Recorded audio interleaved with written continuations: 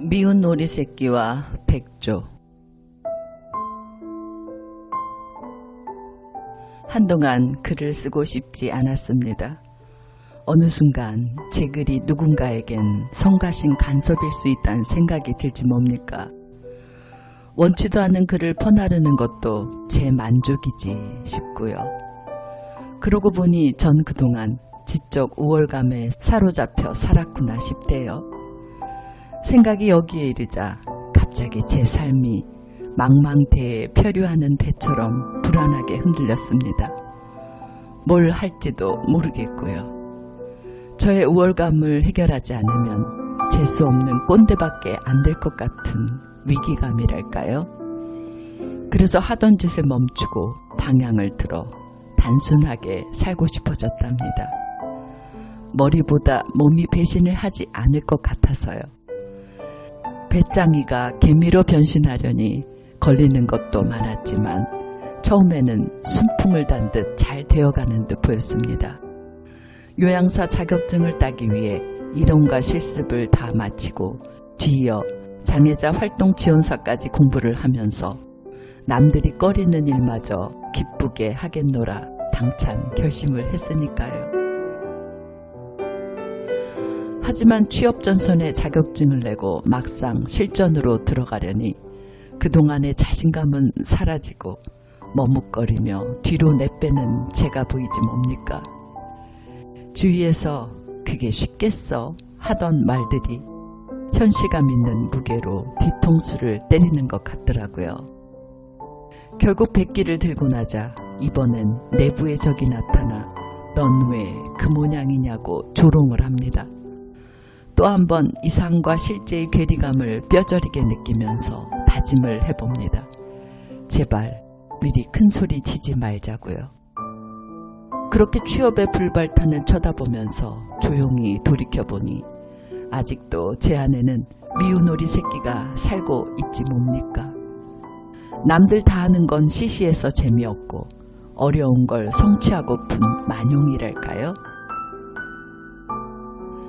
하지만 그걸 눈치챈 순간 가슴팍이 뻐근하게 저려오면서 눈물이 흐르더군요.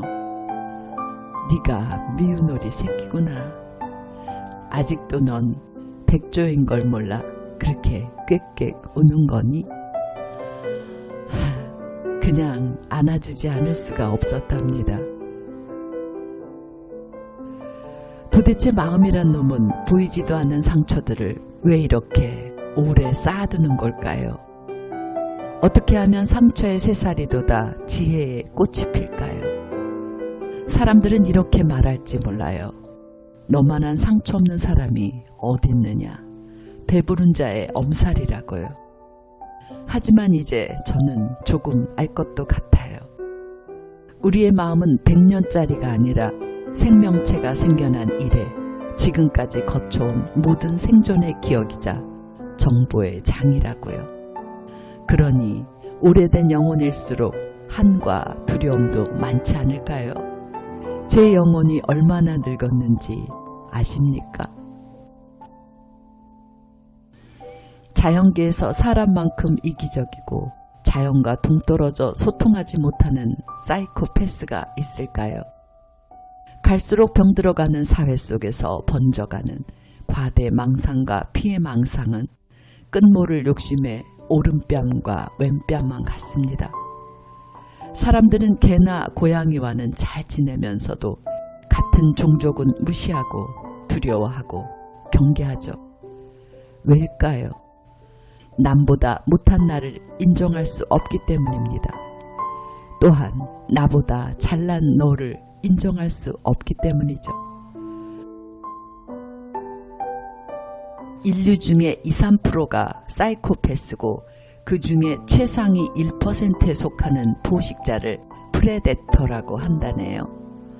이들은 순수 악인으로서 비둘기 세상에 태어난 매처럼 살아가는 운명이라죠.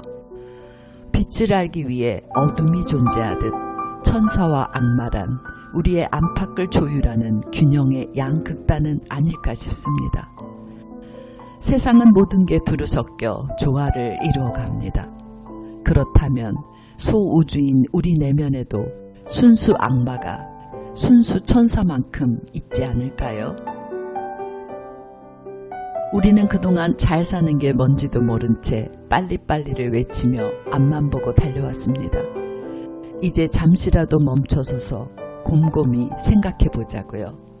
나는 정녕 누군지, 뭘 진정 원하는지, 어떻게 살 건지, 누가 나를 이렇게 잠시도 쉬지 못하게 자동 인형처럼 달리게 하는지도요. 그동안 우리는 아이들에게 알게 모르게 1등이 되라고 재촉하면서 협력의 방법을 가르치지 못한 것 같습니다. 커닝을 해서라도 시험에 붙고 1등이면 장땡이라고요. 하지만 이제 우리는 결과만이 아니라 시작과 과정도 중요한 걸 알게 됐잖아요. 누구도 인품을 갖추지 않으면 더는 성공할 수도 행복할 수도 없는 시대가 온 겁니다. 이리저리 부딪혀보며 알았습니다. 우월감은 열등감이 키운 열매며 백조란 미운 오리 새끼인 자신을 있는 그대로 끌어안을 때 일어나는 치유의 기적이라고요.